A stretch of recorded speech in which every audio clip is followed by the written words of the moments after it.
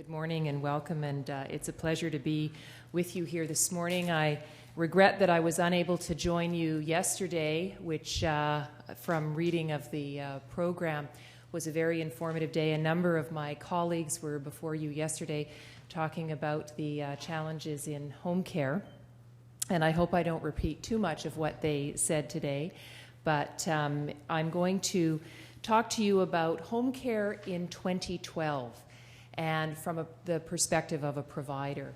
And this would have been a very, very different discussion 18 years ago, actually, when I started in this industry. And I think that we need to reflect on that as well as we look to the future. So I'm going to talk about the achievements in home care, the challenges in home care, and the opportunities in home care. I'm going to talk about what home care is and what it does, who receives it, who provides it, who pays for it, what are the current challenges, what are the future opportunities, and what are the policy decisions that lie ahead. What is home care? We have a couple of what I like to call theoretical definitions made by, obviously, committees in rooms, in my opinion, quite far removed from the front lines. We have a CIHI, which is the Canadian Institute of Health Information definition in 2001, and you can read it on your screen, an array of services that enable clients incapacitated in whole or in part to live at home, preventing, delaying, substituting long-term care or acute care alternatives provided by a number of different agencies and individuals. It's a very theoretical explanation. The Canadian Home Care Association refined and built on that in 2004. Again, it's an array of services provided in the home and community setting, encompassing health promotion and teaching, curative intervention, end-of-life care, rehabilitation, support and maintenance, social adaptation, and integration and support for the informal and family caregiver. My role today is to tell you about the reality of home care and what all those words mean on a day-to-day basis. It is a wide range of services. Some are clinical, some are not. And I think some people are quite shocked to learn what the extent of what we are doing in the home. So let's talk about the clinical services that are delivered in the home. People get their chemotherapy treatments at home now. They get their IV therapies at home now. They get their dialysis at home now.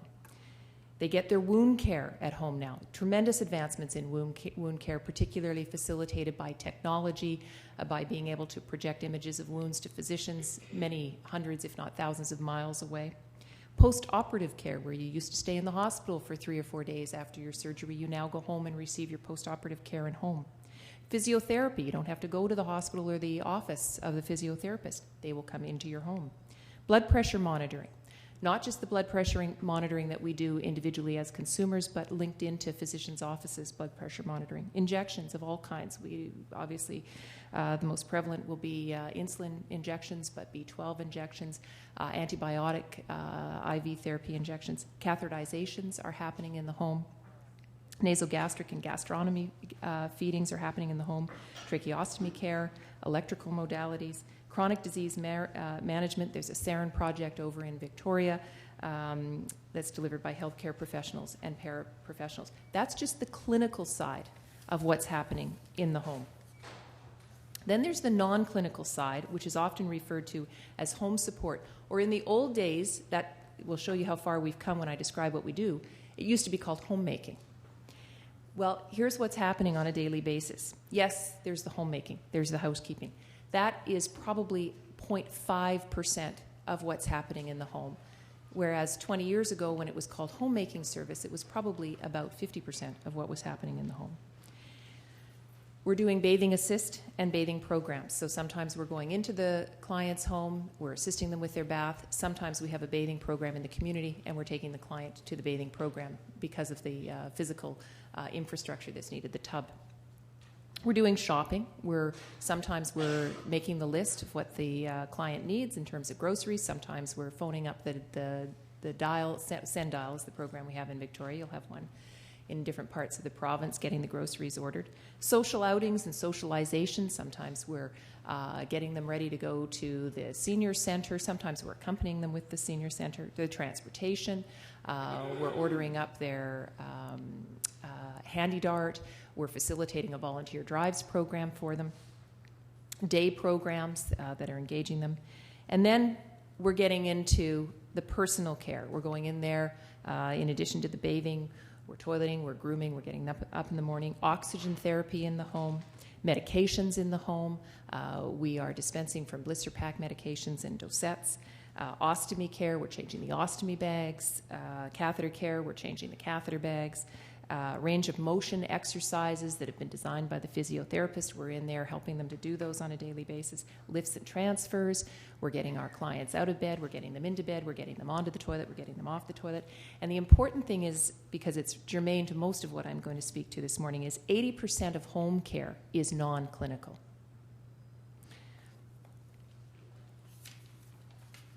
What does home care do?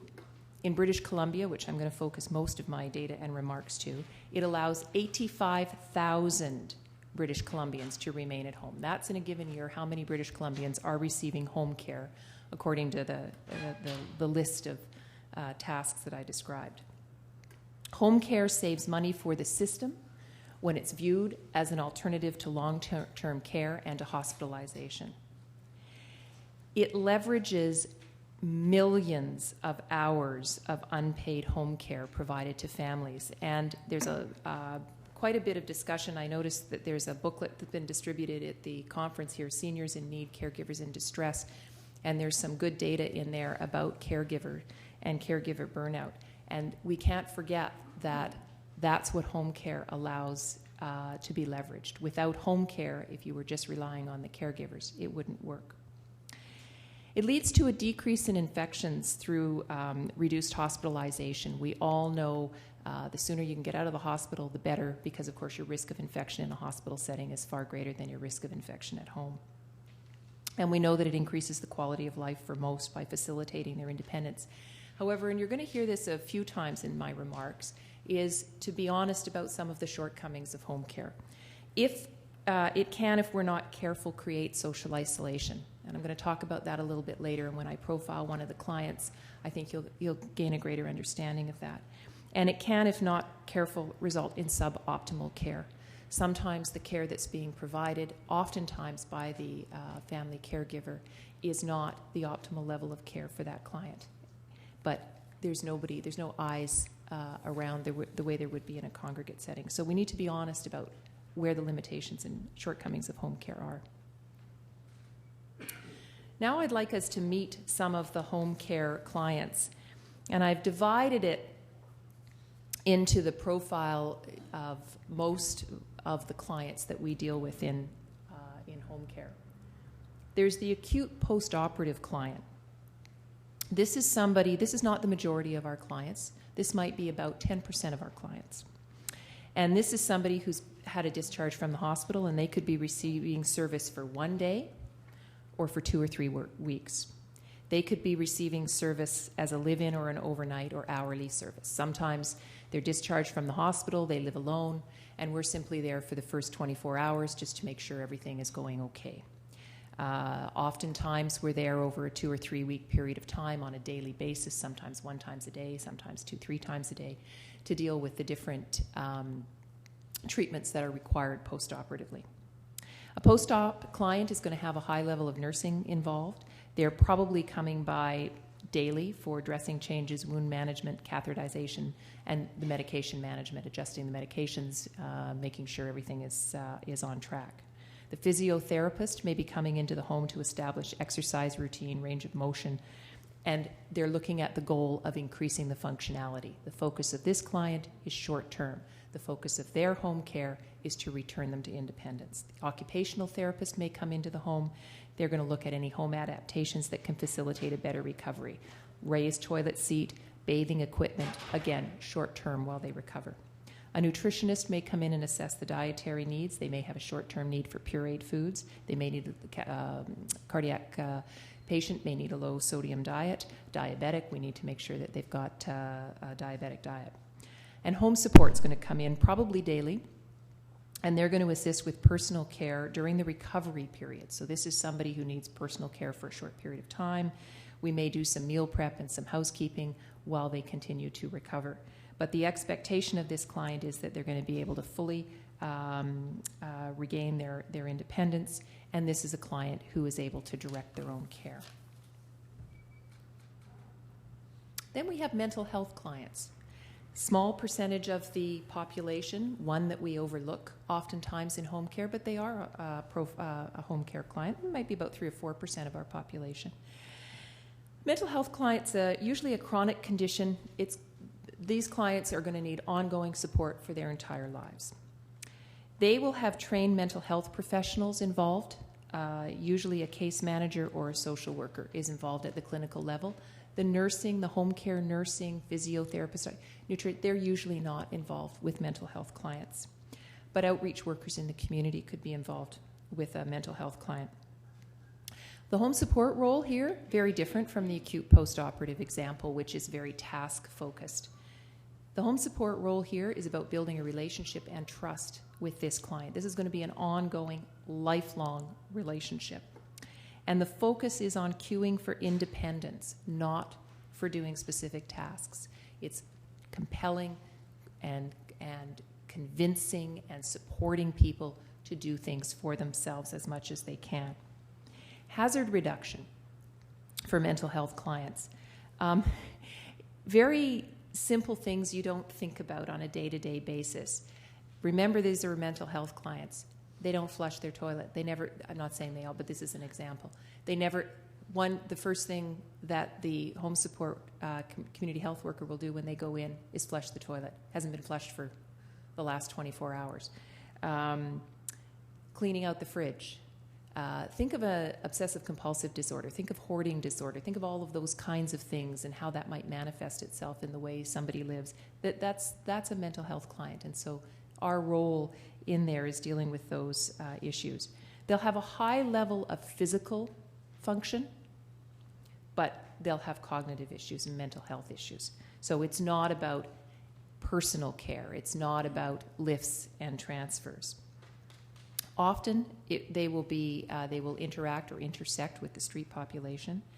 Mental health clients generally live in dense urban areas and are sometimes considered a homeless population.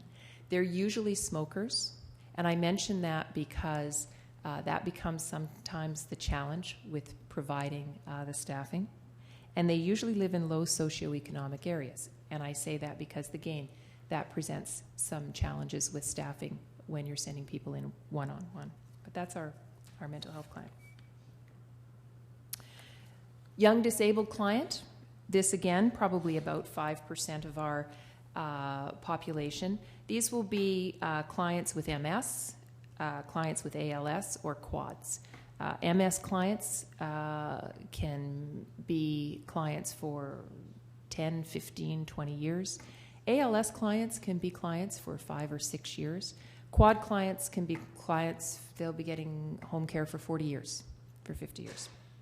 They can direct their own care, high level of cognitive function, particularly with quads. Think of Rick Hansen, is what I tell people. I mean, these are folks where they're going off to some high-level government jobs every day, and our job is to get in there in the morning to help them with their personal care. We have clients where we go to their office at lunchtime. We work with them around their personal care needs at lunchtime. We have clients where they have young families. They're 35 or 40 years old. They had an MVA, a motor vehicle accident, or they had a skiing accident, rendered them a quadriplegic, spinal cord injury. And they're going on a family vacation, and we go along with them for the vacation. And their life is as normalized. It's really quite inspiring to see some of these folks in the high level of functioning and contribution to society that they make with the support that we're able to give. And these clients have a high desire to express control over what independence they have. And that can sometimes present some significant psychosocial needs that we need to be sensitive to. So that's our young disabled client. Then we have our fairly independent senior, and this might be about 10% of our folks. They're getting service usually less than daily, and this would have been if I was speaking to you 18 or 20 years ago, this would have been probably the profile of the clients we were serving. And now, as I say, it's about 10% of the clients we're serving. So we're usually, the big thing is the bath assist. And so there are a lot of seniors living out there. They're living alone. They're independent. They're doing their own shopping. They can pretty much do everything themselves. They get nervous when they have to take a bath for obvious reasons. They could fall. It's it's where you have the most number of falls. So we go in there. Sometimes we're actually assisting them with the bath. Sometimes we're sitting out in the living room while they're in the bathroom, and we're just simply there. This client group, again, independence, dignity, very, very important to them. So we're providing at the margin of need. We're waiting for them to tell us. They're cueing us. We're not cueing them around what they want. And we'll do some housekeeping as well. Once a week, maybe. Sometimes once every 2 weeks. Run the vacuum cleaner around. Do that kind of light housekeeping that will make it a bit easier on them. The chronic disease management client, and chronic disease management is becoming more prevalent. Diabetes, kidney failure, those are sometimes a variety of conditions will make a chronic disease management client. By definition, they're on service. They're going to be a home care client for the remainder of their lives. The example I'm going to use is a kidney failure client where they're getting dialysis. They may be getting it out of their home. They may be getting it in the home. Medication management, a lot of effort around monitoring the medications, looking for changes, getting the doctor and physician involved when changes need to be made to the medications, catheter care, nutrition, making sure that they're eating correctly, making sure that their their diet is balanced to changing needs, and many of the activities of daily living depending on their fatigue level. So oftentimes it's that they can do things for themselves, but they're exhausted by their chronic disease. Respite client. This client will likely have dementia. Now, about 30 to 40% of the clients we serve have dementia, but most of those clients I'm going to talk about later, they aren't the respite clients. A respite client is somebody who has a caregiver, usually the family caregiver, and our role is simply to provide respite to that family caregiver. So we're not necessarily going in there daily. We might be in there once a week for a block of 4 or 5 hours. We may provide overnight respite to allow the caregiver to sleep, but we're not providing the care. The physical impairment of the client is probably low. That's why they're able to be they're able to be cared for by their family caregiver. It'll be a high cognitive impairment. Can't be left alone. And the respite will probably focus on engaging with the clients in mental stimulation, trying to get them to go around the block for a walk, trying to get them to play a game of Scrabble, trying to get them to do whatever it is you can, and keeping them awake during the day to prevent sundowner syndrome, which is awake at night, because the temptation, and that's the skill that the worker has to have. How am I going to, because the client's going to want to sleep, and we have to try and keep them awake. Because if we don't, the caregiver's going to pay for it later. Then there's the client. This client, continuing care EC level client, is now about 80% of the clients we provide care for. And if we flip back, if I was giving you home care 1995, you would have found that this profile of client was about 10% of our client group. So there's been a significant shift. And I'll talk about why that's important later on. So we're in this client's home about 3 to 5 times a day, 7 days a week, 365 days a year. They will probably have high physical needs, often combined with cognitive impairment. They need personal care, they need toileting, their pads need changed, They need some catheter care, that sort of thing. Preparing food and feeding. So sometimes it's watching them eat so that they don't choke. Sometimes it's actually feeding them, tube feeding them. We're getting them up, getting them dressed. Bathing. Medications. Multiple medications. We're dispensing from blister packs and dosettes. We really, really, really want to move to a system where you can't get home care unless you blister pack your meds. I have a gazillion incident reports that will support the fact that if you blister pack your meds, you're not going to have med errors, and if you don't, you are. We haven't quite gotten to the point of forcing that yet. We're helping folks get undressed and into bed. We're getting them outside for a walk. And we're reassessing for changing needs. We're the eyes in that home on a daily basis, three to five times a day. We're looking for changes and reporting that changes. And oftentimes, for this profile of client, I would say 60% of them are living alone, and we may be, our home support care aide is the only person they're interacting with for days sometimes. And that goes to the social isolation question. Palliative care. We usually have hospice involved with palliative. Pain management is a huge aspect of palliative care. Psychosocial needs of the client and the family, interestingly enough, the needs of the family are often greater than the needs of the client. Any of you who have delved into the world of palliative care know that it's often easier for the client to accept their fate than it is for the families to accept that, and so you have to work with that. And the families are around a lot with palliative clients. You have people coming in from out of town, a lot of people staying in the home sometimes, so you have a whole bunch of dynamics going on that you have to sort through. Big role is coordinating the support as function diminishes. There is a trajectory. You can predict, not with 100% accuracy, certainly, but with some degree of certainty, how that trajectory will go in terms of diminishing function.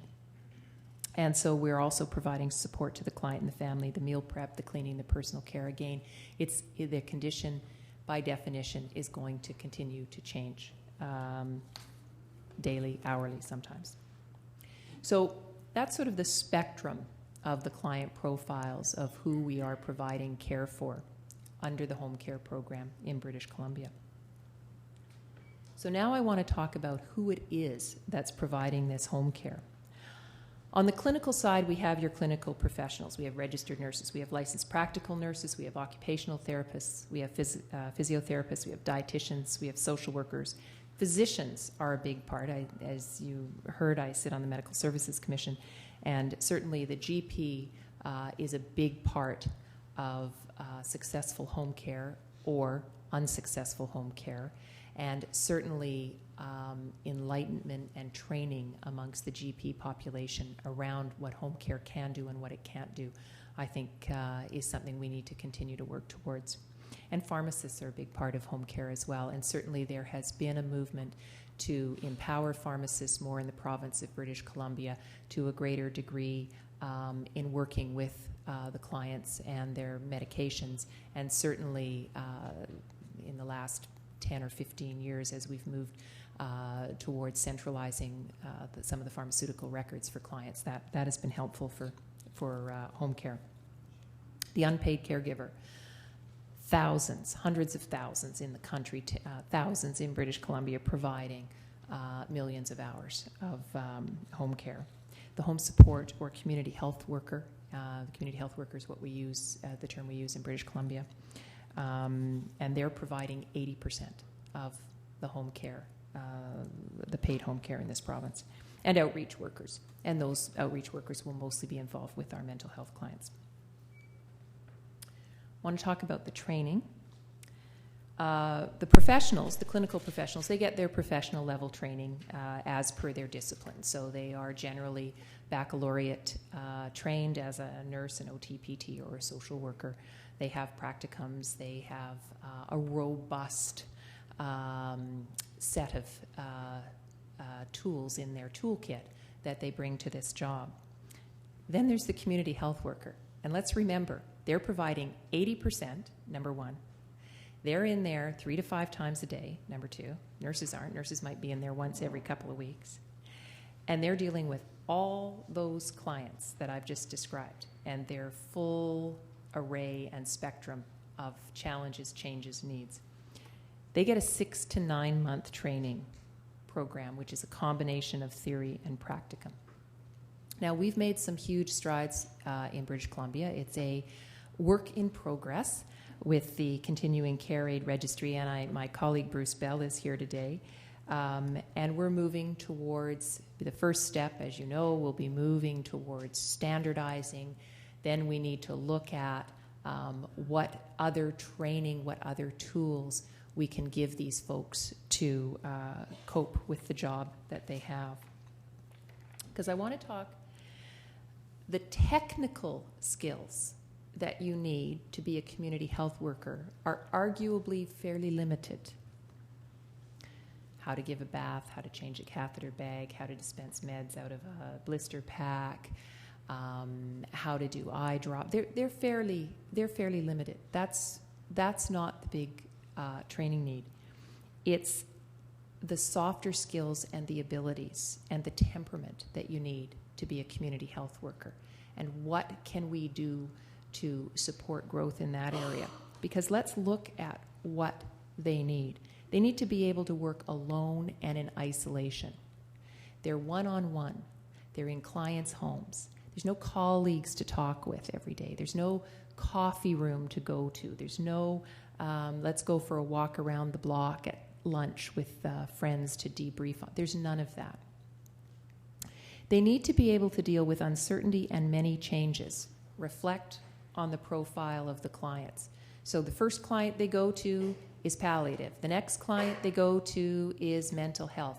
The next client they go to is the fairly independent senior. The next client they go to is the extent. You get the picture. They need to be able to navigate several different locations. They're going from house to house to house to house to house. They need to be comfortable reading a map, knowing, getting behind the wheel of a car, parking a car, all of those kinds of uncertainties. And not everybody deals with that particularly well. They need to be able to respond with limited information to the situation at hand. So there, and I'm going to go through a typical day in a minute, but there's not a whole lot of information necessarily on these folks. Remember, some of them have just been discharged from the hospital. They're only going to be with us for 2 or 3 days. There's no chart of 8 pages of information on this client. And if there were, I'm going to detail how there isn't time to read it. So you have to have the ability and the adaptability to go in, find out what you need to find out, know how to get the information you need quickly, and respond. And you, as a community health worker, you're entrusted with significant autonomy and responsibility. We are counting on these gals and guys to be where they're supposed to be, when they're supposed to be, every day. And if they don't, there's nobody there to see that they're not. The amount of trust we have in them is profound. And think about a diabetic client who's waiting for their health worker to show up to give them breakfast. And if that health worker doesn't show up and doesn't tell anybody they're not showing up, think about the consequences of that, to put it in a very stark perspective. Yes, there'll be clients who you could argue they're going to lie in bed until somebody gets there, but there are clients it's very critical. The medications. There's nobody to give them their medication at 8 a.m. and the consequence of that. So it's a significant amount of autonomy and responsibility. And also the information and access that they have to these folks. So these gals and guys, and it's mostly gals, so that's who does the work, and frankly, that's who the clients want to do the work. With their 6 to 9 month training program, they're going into people's homes. They have lockbox numbers. They know what medications they're on. They know if they live alone. They're often entrusted with stories about the family. They're entrusted with Here's where all my papers are. They're going into people who are demented, unable to direct. You have to have a tremendous level of trust in the community health worker. They're going to build a relationship with that person over time. So think about that as we continue to go through. So what does a typical day look like? As you know, I'm from the Capital Regional District over on Vancouver Island. We provide the home support, for South Island, population of about 350,000 plus people, so about half the size of the city of Vancouver and a tenth of the size of the region. But I believe that the data supports we're the most intense provider of home support in the province. We have at any one time about 2,800 active home care clients. Our roster's over 3,000, but some are on hold and different things, but at any one time. And I just want to emphasize, this is every day. This is not a week, a year. Every day, 3,000 visits. Every day. 4,100 hours of service delivered every day. 6,500 kilometers driven every day. 300 visits are scheduled on that day. So about 10% of our visits aren't on somebody's schedule until that day. And the reasons are multiple. Worker calls in sick. They've got a schedule. They've got about 6 or 7 clients on their schedule. Those get thrown to the planner. They have to be filled that day. The visits have to be done. You can't cancel a visit in home support. So you've got what we call the book-offs. That's contributing to the 300 visits that need to be scheduled each day. Also, home support's delivered on two hours notice from time of intake. So we will have the hospital call us at 10 a.m. They're sending a client home. We have to be in there at 2 p.m.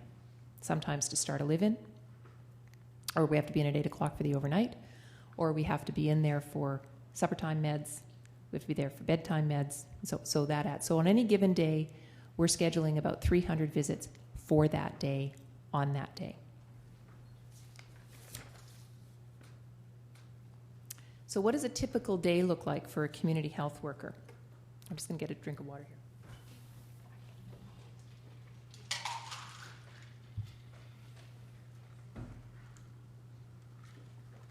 They're going to get up and they're going to look at their schedule for the day. A lot of them start at 0700. We deliver hourly service up to 2200, so some of them start at about, I think, at noon. But they're going to look at their schedule online, their computer at home. And they're going to figure, they're going to see some new clients. The schedule is going to look different than when they looked at it the day before, because some of their clients are not going to be on the schedule because they've phoned and they've said, I don't want my visit tomorrow, my son's coming, he's taking me out for lunch, or the client's gone to the hospital, or the client says I need to change my time to 2 p.m. because I've just got this doctor's appointment. So that's going to look different. And then there's going to be some of these 300 new visits on their schedule. And so they're going to have to figure out in their head, map out, okay, I'm going to go from here to here, right, and where these new addresses are. They're probably going to have about 6 to 8 different clients that day.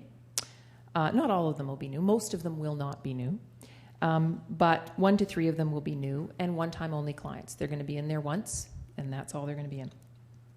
Most of their visits are going to be 30 minutes to 60 minutes in length, and that's something that new. If I was talking to you 20 years ago, there was no such thing as a 30-minute visit, and most visits were 2 hours. So now we have 30-minute visits, and most visits are an hour. They're only going to get paid for the hours that they work, and I'm sure you heard a lot about this. I know that my colleagues from the Howe Group were speaking to you yesterday, and we were involved in that piece of work around the challenges of the work that they do. So they're going to arrive at the client's home. They're going to review the client care plan in the home. They're going to review the delegations of tasks. This is really serious stuff. They have to sign for it. This is about the blister pack meds or the range of motion exercises, the higher level, more arguably clinical type of work that they do that's been delegated to them by a clinical professional. They're probably, well, not probably, but they'll often receive a message from the office while they're at that client's home to add another client to their schedule, so they've got to write all that information down. And then before they leave, they've got a chart in the communication book, what they've done and if there's been any significant changes. Now, that's before they've started that's in addition to their actual work that they're doing. And they're in there 30 to 60 minutes. And they're probably leaving they're supposed to leave 10 minutes early, so it's really 20 minutes or 50 minutes because they need time to get to the next client. So what are they doing in there in this? Oh, this is probably a 60-minute client profile, which is really a 50-minute client profile. And we're getting to these tasks after we've just done all this reading and documentation. So we're getting the client up.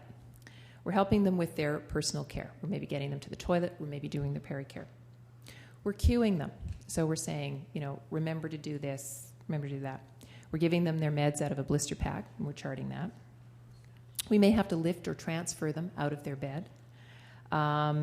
We may be phoning the office to the nursing staff and saying, I've noticed this rash has developed, or I've noticed they didn't eat their meals last night, or I've noticed that their blister pack meds from last night are still in the blister pack, any of those guys.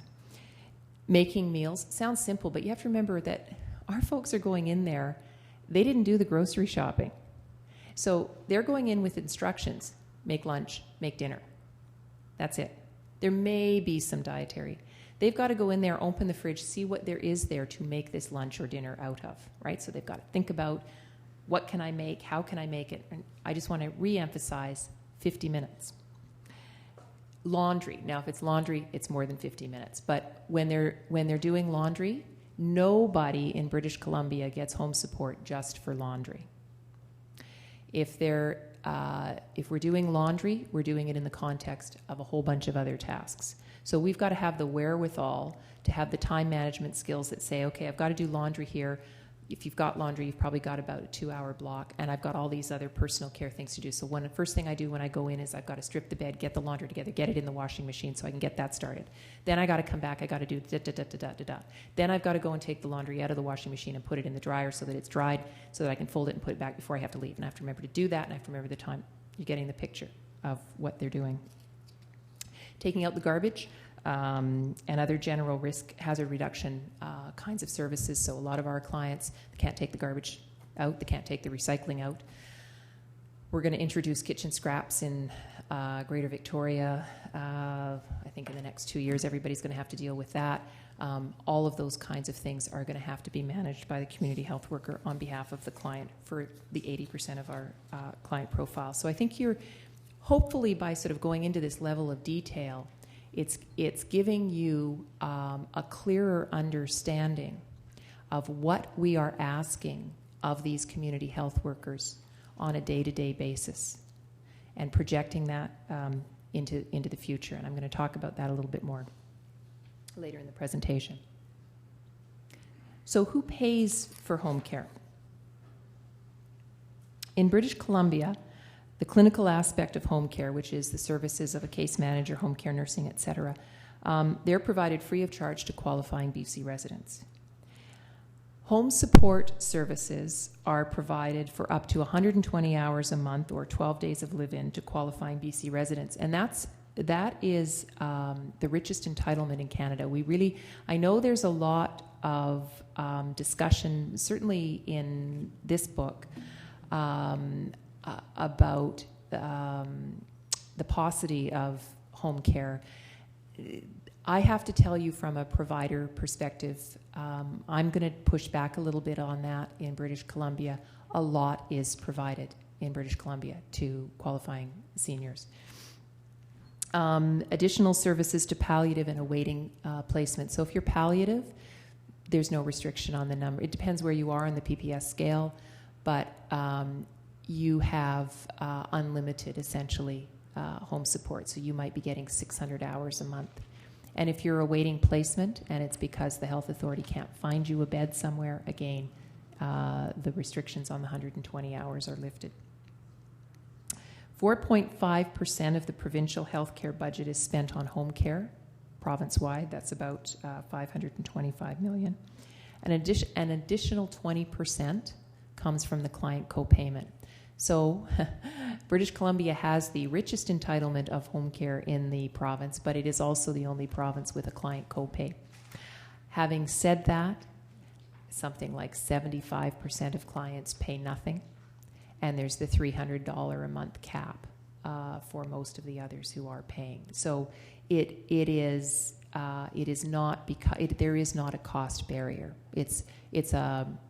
The client copayment is based on a financial assessment, and zero client copayment is certainly an option. So they've determined you have the ability to pay before they're making you pay, and then they're capping at $300 for seniors what you would be paying. So what are the challenges in home care? I'm going to talk about it from a client perspective, from a provider perspective, and from the government perspective. The challenges from a client perspective. The expectations of service intersects with the challenges of provider. That is the number one challenge with clients. I want the same worker all the time. That's great. You're getting 4 visits a day, 7 days a week.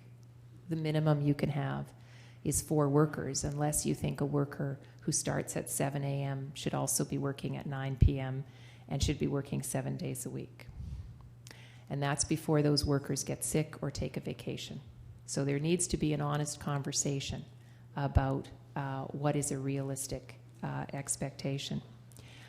I want my Monday worker every day of the week.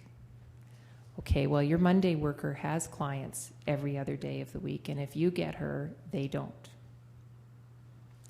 Reality check number 2. I want my worker to walk my dog. Well, that's not what the government is paying us to do. We are being paid to provide these services to you, and by the way, a lot of workers are nervous around dogs. I think you're beginning to get the picture. I mean, I'm in a unique position in our organization. I do like to get close to the clients. We're a fairly flat organization, so I am fairly close to both the clients and the frontline staff. And when I retire and no longer need to be employed, I'm going to write a book. Because once the book is published, nobody will be able to employ me. And I'm going to tell the war stories about some of the clients. And I think we need to have an honest conversation about that as well, because oftentimes we present on the front lines and seniors, and I realize the risk I'm taking with this audience, but seniors are a very, very powerful lobby. Everybody has had a mother or grandmother, and I think more significantly, all of us see ourselves as seniors at some point in time. But just because somebody is a senior, that doesn't mean they're being reasonable in their requests and what they want from their government. So I think we need to have an honest conversation about that. The other challenge with the client is that their home becomes a workplace. So if you're in a assisted living home or a facility or even a hospital, the provider can control that environment. It's theirs to control, and you're a guest in the case of a hospital or a tenant in the case of a long-term care facility. Well, when it's your own home and you've paid the mortgage and you've lived there for 45 years, you have a strong sense of proprietary privilege over that workplace. Well, we have obligations. We can't have workers exposed to rickety stairs, unsafe electrical work, smoking, although that's a challenge on both sides with workers who smoke and clients who smoke, and so a really practical person tries to match them up and not ask any questions. But the but the regulations are quite clear, and we need to make sure that our workers are protected from that. And issues about insurance, we also say to our clients, you know, you're a homeowner and you got to have homeowner insurance because these things can happen. We had a worker. I mean, these are tragic stories. He slipped and fell on an icy sidewalk that should have had the salt put on it. And this was a condominium, actually, so there's a strata involved. And he was in a coma for 2 weeks. We forget about these freak accidents that can happen. You know, you think of slip and fall, and, you know, your first reaction is, oh, come on, nothing happened. They're just going to use this as an excuse to have a couple of days off. And then you feel awful when you find out this person actually hit their head and they're in a coma from slipping on a icy sidewalk getting into a client's home, right? Again, so when it's a workplace, we have office buildings, and many of you work in offices, and you have a routine. When it's icy out, your maintenance people go and sprinkle the ice, and you can control all that. It's different in the home. And that segues into equipment. Musculoskeletal injury, number one injury for our gals and guys. Average age of our workforce, 48. It's actually not getting older. I did a extensive study 15 years ago, and the average age 15 years ago was also 48. But that's still not that young, and people's backs are hurting. And they're in the client's home, and the client should have a lift, and clients resist that significantly. And so, again, the honest conversation, right, around the intersection of what the client wants and the challenge of the provider. And we tell clients, well, if you don't get a lift, we have to provide your care in the bed. Then there's the bed height. And just interestingly enough, had a conversation 2 days ago with a client. And apparently, the client called me. I sent out a letter on a project we're doing, and I always have my direct line number for clients to call, all 2,800 of them. Very few of them do, but some of them do, and it's always very interesting when they do. So this woman calls me. Apparently, we had told her that we could no longer, she's a quadriplegic, so go back to the quad profile, so perfectly cognitively aware, strong desire for whatever independence she can have. But she has a platform bed, so it's even lower than a normal bed. Normal bed is you got your bed frame, you've got your box spring, you've got your mattress. Platform bed is the same height off the floor as the metal frame, but there's no box spring, mattress directly on it, even lower. Picture bending over to lift this quadriplegic woman or to help her out of bed. Okay, so you get the back strain issue. So we had several workers, not all though, several workers, and she had to have service 3 times a day. They're saying, not going there, it's not safe. I'm hurting my back. Well, we're not going, we can't force a worker to go in. I mean, there's rules. The height is supposed to be this, and when it's this height, these are the ways you do a safe lift and transfer. And under those circumstances, the workers will perform the work. And we can compel them to perform the work. But we're not going to make them bend it, right? So the client calls me about this, and I say, well, I read the record, and I say, well, it looks to me like we've asked you about this bed. Well, I don't know, she doesn't want to give up the bed. And there's a whole bunch of psychosocial issues going on here, right? Because remember, this is a youngish woman, a middle-aged woman. She is a quadriplegic. There is nothing wrong with her mind. And she's married, and it's the marital bed, and she doesn't want to give it up. But we can't provide care safely to her, bending down into this low bed. So last time I checked, she was contemplating using a hospital bed. We didn't even ask for a hospital bed. I said, you just need to have it raised to the height of regulation, and then we'll be able to do it. But that's a very prime example of what happens out there, the challenges with the clients. Family members.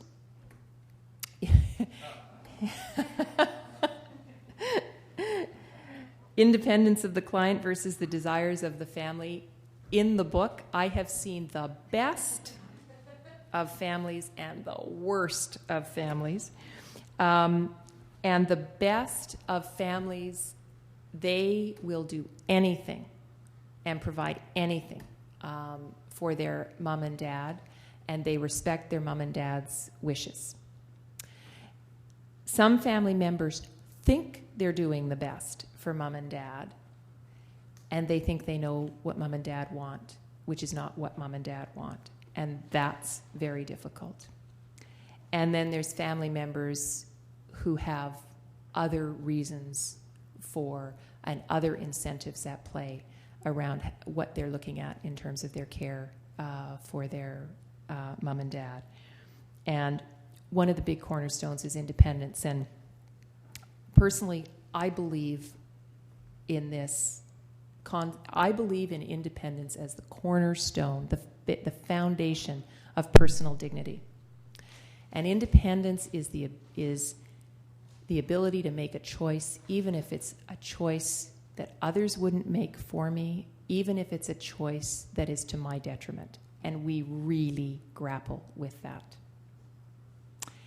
But if we are going to say we value independence and autonomy, and that home care is there to facilitate it, to support it, we have to listen to what people want and to the desires that they express, and we have to respect that, even when, as clinicians, it's not what we would be doing. That's what they give up when they go into the facility. Beacon also runs, we also run some licensed facilities. So I am very much aware of the difference. When somebody's in our licensed dementia housing, we are responsible for them. So we will say, give us that chocolate bar. We will say, you have to get your coffee thickened. We're thickening it. You're not allowed to because you'll choke from the liquid. We will say, the list goes on and on and on.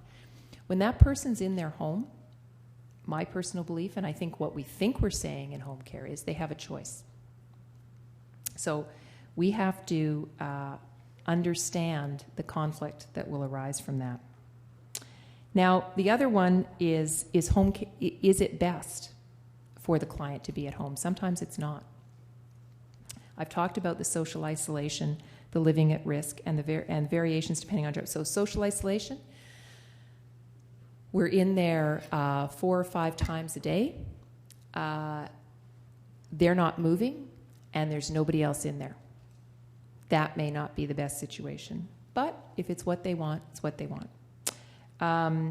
Living at risk, and I'll talk a little bit, we're not there to witness every fall.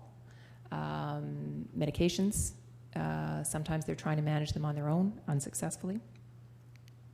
And variations depending on geography. Victoria and Greater Vancouver, and probably the urban core of Vancouver, is where home support is most intense and where you will get the highest level of service. I notice the one challenge that I have with this paper is that the British Columbia example was the Northern Health Authority. And of course, that's a lot of rural and remote. So there's a lot of service that doesn't get provided there. We are responsible for the Gulf Islands as well as they're part of the CRD, and I see that difference very much. In Victoria, you have live-in service, you have service starting at 10 o'clock, you can get the phone. It all shuts down at 8 o'clock at night on the Gulf Islands. There are no live-ins. People have to move into urban settings at a certain point. And that will be reflected in some of the home care information from Northern Health Authority, not so in Victoria or Greater Vancouver. So the challenges of the provider. Staffing is the single biggest challenge, and you heard a great deal about that yesterday, and I know there's a panel that's going to follow me, and you're going to hear a little bit more about that. Some people, and they might have talked about this yesterday, and I'm a little bit at odds with some of my colleagues on this because they never want to give up on funding. They never want to say, oh, we've got enough money. My belief is if you take care of the staffing, the funding issue takes care of itself. If you can get enough people, if you can get the right people and you can get them in the right place at the right time, you're going to get the funding you need to provide the service. I mean, the service costs what it costs. So it is staffing that is the single biggest issue. Now, I don't know. I thought I was going to have a little pointer, so I'm not clear how well you can read this. But this is to illustrate, and people talked about this. I'm sure my colleague from the Howe Group talked about it yesterday, about the challenges of the job of a community health worker and the desire for full-time work, et cetera, et cetera. These are the start times, and I want you to look at 0800. We have 322 visits. Now, I just want to clarify, this is not the total. There are half-hour start times as well, but I didn't want your eyes would glaze over at that. I picked the start times of on the hour. This is the majority. Because if they start on the half hour, they're probably a half-hour visit. At 0800, we have 322 clients receiving, this is a day, this is one day. We have 322 clients receiving service at 0800. The next largest number, 243 at 0900. We have 79 people we need every day for 1 hour. Everybody wants their service at 8 a.m. Intersection of provider challenges and client expectations. If all you're getting is a bath, we already are not giving it to you at 0800. If you're getting cleaning, you're not getting it at 0800. If you're getting service at 0800, it's because it's medications, it's getting up in the morning. We try to push people to 0900 as much as we can, and we've done that to some extent, and trying to push back to 0700. I'm a little more sympathetic to people refusing 0700 than I am to them refusing to take 0900. You simply can't do it. This is a big part of the staffing challenge that we have in the profile of the clients that we have. And then as you go through, you'll see the big drop-off. It is difficult to create full-time hours from these visits, right? So you've got 243 at 9, 204, pardon me, at 10. And then look at 1,400 and 1,500. You got 87, you got 70. You know, we've got 1,300 people. That is one challenge, big challenge on a number of fronts. And it's the reality of the service we deliver, and it is a reflection of the change in the service over the last 20 years from what it was. We've still called it home support, and by the way, everything we do today, we did do 20 years ago. It's just that the percentage of clients that required the EC level care has gone from 10% to 80%. Challenges, and I'm sure you heard a lot about this yesterday. Now, this is my colleague Diana Hill is going to be here on the panel. I don't know if she's in the room right now. Her folks, there she is. Her folks they're so dense in the city of Vancouver where they are that they don't need a car. But for the rest of us, the staff have to have a car. In Victoria, outside of going into probably about 5 apartment buildings in the city that have sufficient numbers of people to constitute going from client to client to client for a day, you need to be able to drive from one client to the next. So the folks have to have a driver's license and a reliable vehicle. They have to be able to deal with a variety of clients.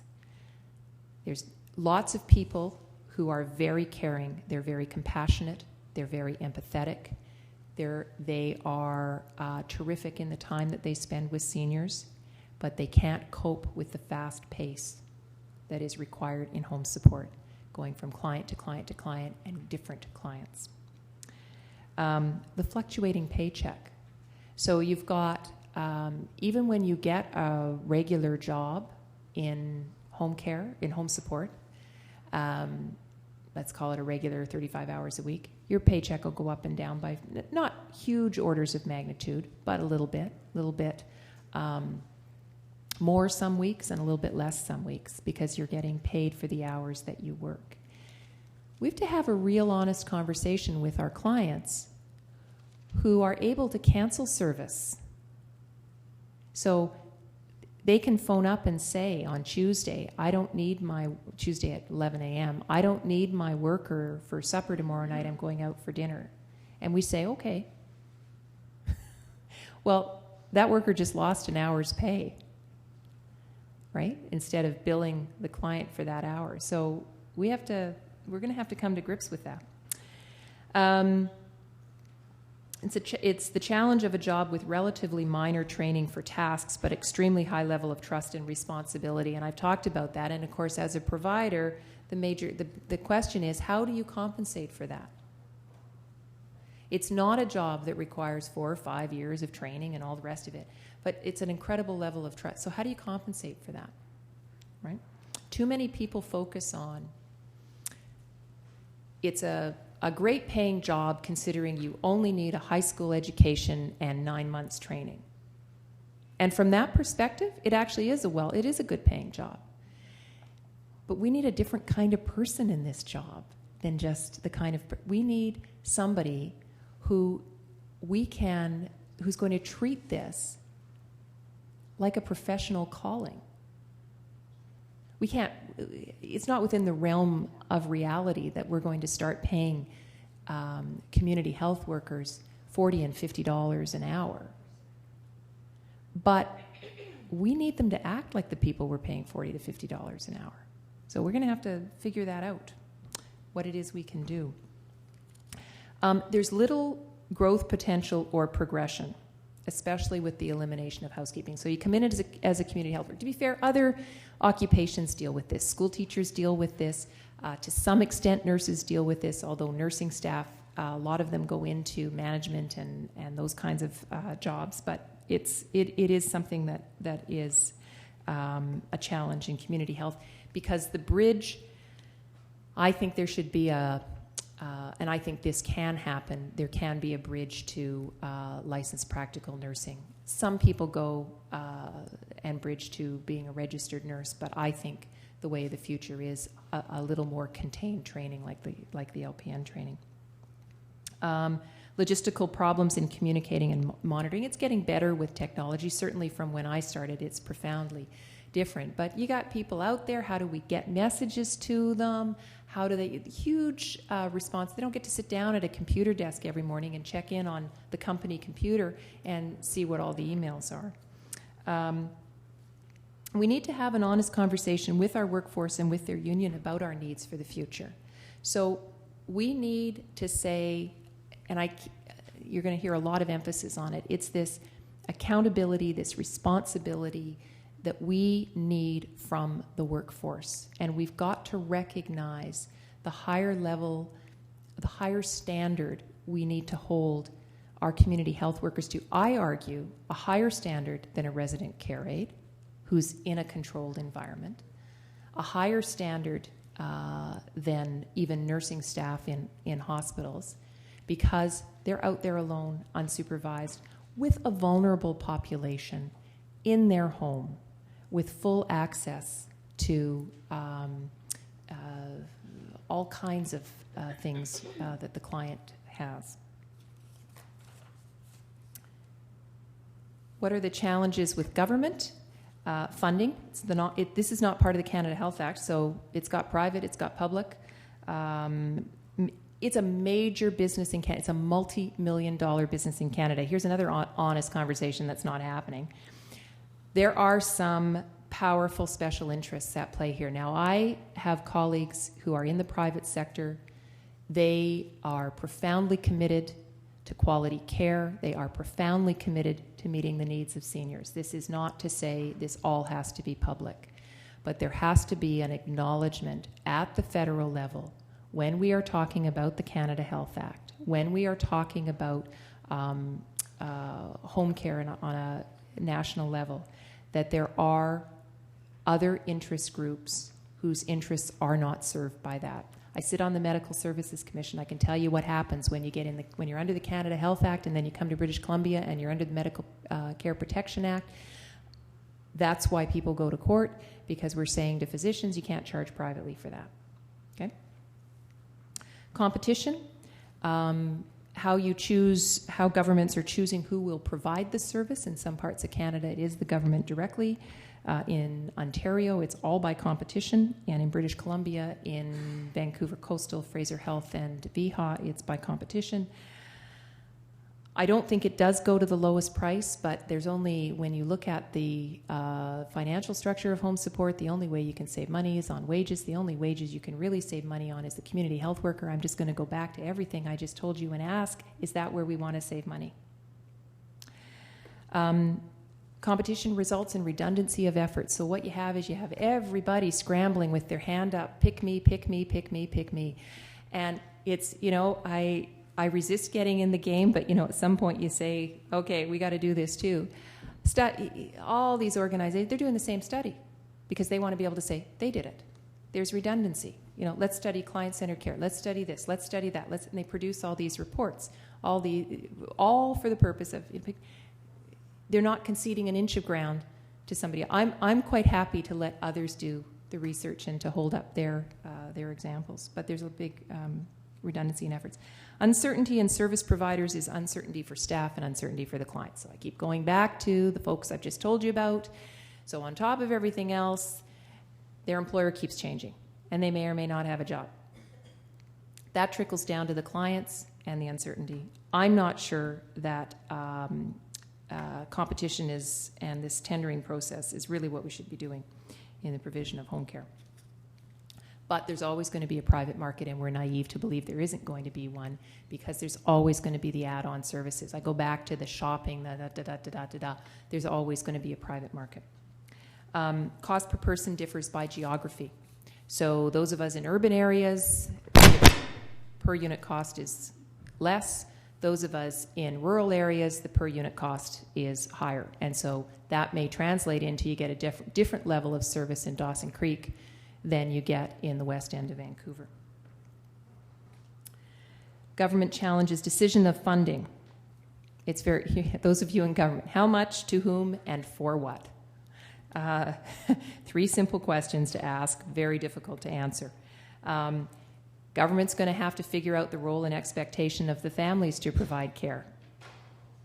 That's going to become increasingly significant as the boomers begin to age. Aligning the incentives. If you get your drugs and this and that paid for in a long-term care facility and you're getting long-term care in the community, maybe you should get some of that so that the incentive isn't to go in, to stay in the hospital, go in the hospital, or go in a long-term care facility. Measuring true cost to compare. I got a quick slide on that. And accountability for spending. Client-centered funding. You're going to hear a lot about that. Sounds great.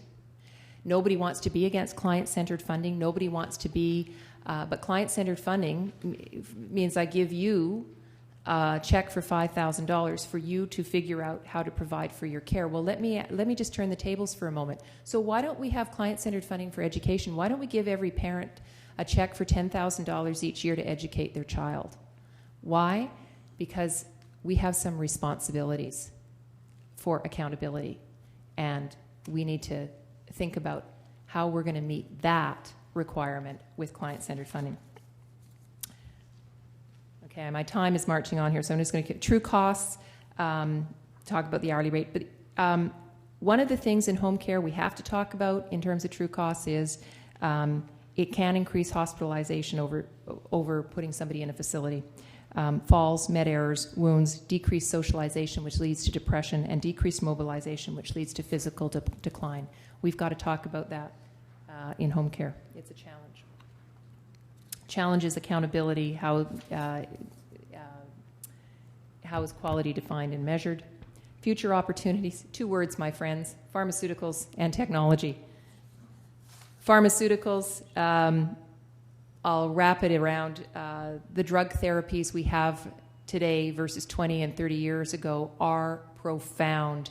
And what you can get treated in the home through drug therapy that you needed to be in the hospital for a week or 2 weeks before is profound.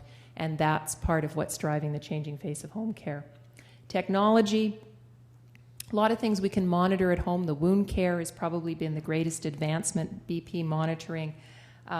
But really, technology is about facilitating connection with distant families to co-monitor. You can have alert systems, you can have medication dispensing and monitoring, but you also need to be realistic. At the end of the day, technology is not going to perform pericare. Technology is not going to lift and transfer and get somebody to the toilet. So yes, it has application, but it isn't a panacea. The policy decisions that lie ahead: what's provincial, what's national? And then decide, is there going to be a national definition of home care, national standards, national level of entitlement, national payments schemes and incentives? And all that is what's being debated around whether or not it's in the Canada Health Act. And if it remains with the province, which is how it sits right now, where does that fit with the Canada Health Act? What is the role of the private sector in home care? We don't have to have that discussion in acute care. Hospitals aren't private. We do have to have that discussion in home care. And what is the role of the family and family caregivers? So, summary. Home care will grow as the number of seniors increase. We know that. But also, the seniors coming up, there's going to be an increase in the number of seniors without a spouse or children nearby. That's going to, when this speech is given 20 years from now, it's going to look different. How will it be funded? Federally, provincially, the consumer? what are people going to be expected to pay towards it? It's a very big question. Who will provide the service may be the single biggest challenge. So we may decide, okay, everybody gets whatever they want. The government's going to pay for it all. All the home care advocates are cheering, every level of government everywhere. And then you're going to turn around and you're going to go, there's nobody to provide it. It's one-on-one service. How are we going to provide? You can put all the money on the table. You can't make somebody do a job. I couldn't do the job. You could pay me. An interesting thing, we don't have shortages of home care nurses. We don't have shortages of case managers. But we have shortages of community health workers. And what's the balance between the wants of the client and the obligation of government to provide care in the home versus the congregate setting? In the old days, we used to talk a lot about how cost-effective home care was, and home care is cost-effective to an extent.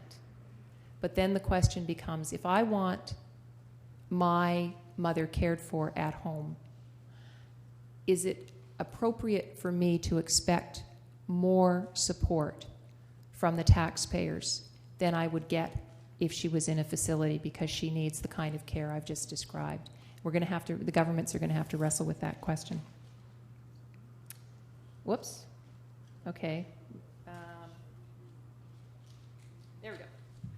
And that is the end, and I would be delighted to answer any questions anybody has.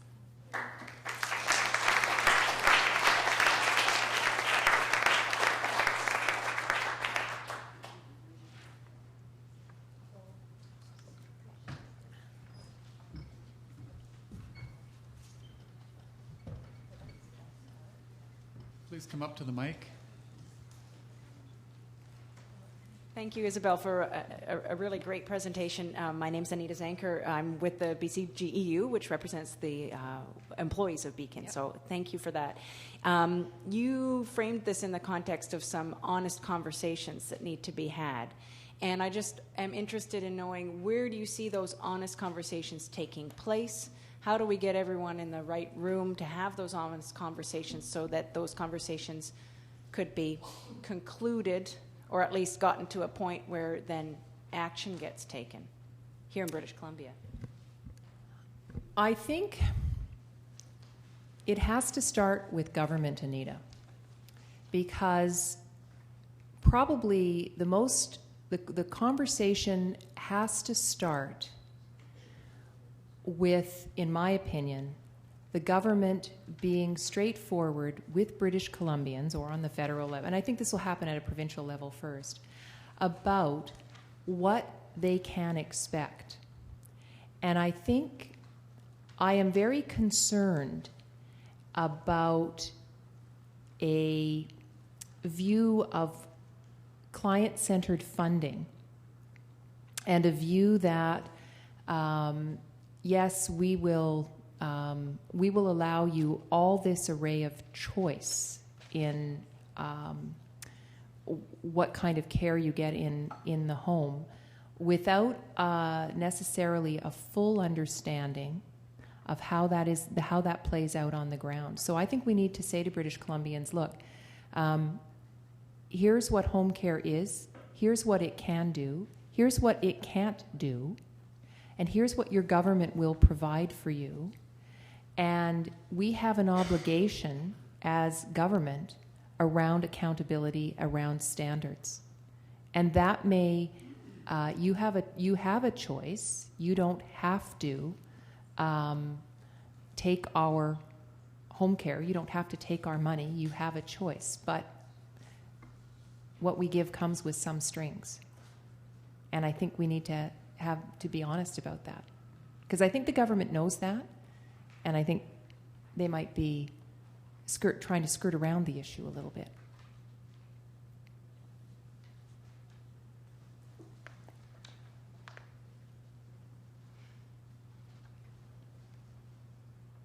A very, very good presentation, very informative, and I'm going to try to use some of that information you presented at our conference. The area I wondered if you could touch on is the question of home support, because to a great extent, home care is the curative part. Yeah. Home support is more the preventive part. And really, our organization wants government policy to go into that area of home support, which is really about the quality of life of seniors, more so than the curative part. The question of staffing. I remember when child care was very largely dominated by female employees. However, in countries where child care became an important issue and was supported financially stronger, you saw the intake from great number of men into the particular area. I think you will find that if you raise standards, training, and wages higher, you will find that you're not going to have that hard time to recruit the proper kind of people. So if there's an improvement in their condition of work and the compensation, you'll find some of the problem of staffing will go away. Thank you, Mr. Kuby. Certainly, history would teach us that if the men begin to dominate the profession, the wages will rise. But that aside, just a couple of comments. One is the observation that you're quite correct, there's the curative and the preventive, but my position is that home support actually has slid over into curative and not just preventative. And that's the illustration of the extended care level client that's about 80% of our client load today, that was about 10% of our client load 20 years ago, where we're doing more than preventing. They actually are assessed at facility level care, and we are able, through our interventions in home support 4 or 5 times a day, to maintain them at home on their 120 hours a month and eliminate or forestall their admission to a long-term care facility. So we've slid a little over that way. In terms of the gender profile of the workforce, it's challenging, Mr. Kuby. I think you're quite right about daycare. Actually, Beacon runs some daycares as well, and we have some male daycare workers, and they're very successful, and they're providing and playing with kids. But every kid has a mom and a dad. You talk about your honest conversations. There's a significant level of intimate care provided to our female clients in a setting where there is nobody else but that female client and that worker.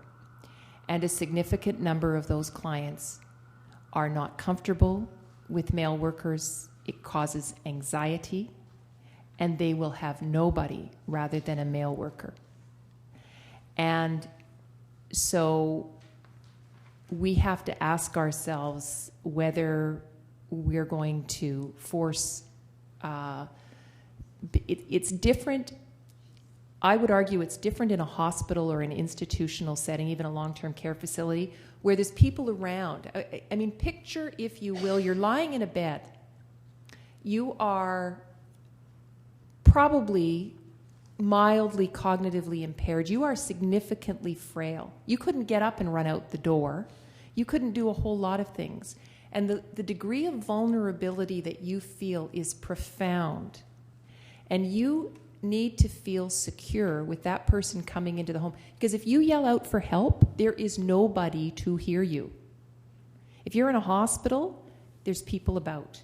If you're in a long-term care facility, there's people about. There isn't in your own home. And so you're going to find that I'm going to be a strong advocate for the client in that regard, that we've got to find out a way to get them the worker they feel safe with. It does present a challenge. In my time, we have increased the number of male community health workers, and frankly, we have shifted because we've had some staffing issues. So in the old days, we used to phone somebody, will you take a male worker, right? We don't phone now and ask. What we do, it's more passive than that. We will phone and we will say, Sam or David will be there tomorrow. And if they say, I don't want a male, we won't make the person go. And we found when we did that, to be fair, further to your point, when a lot of people accepted the male. When you asked them if they wanted a male worker, they defaulted to female. So we've managed to get it to a point where there's a higher level of acceptance, but for those clients for whom it presents a significant anxiety-raising experience, we don't force the issue. And it is going to continue to be a female-dominated profession, but the male percentage has been creeping up. Okay, I'm going to have to bring this to a close to keep on time. And would you join me, please, in thanking Isabel for an extremely informative talk and an excellent set of answers to those questions. Thank you, Isabel. Thank you.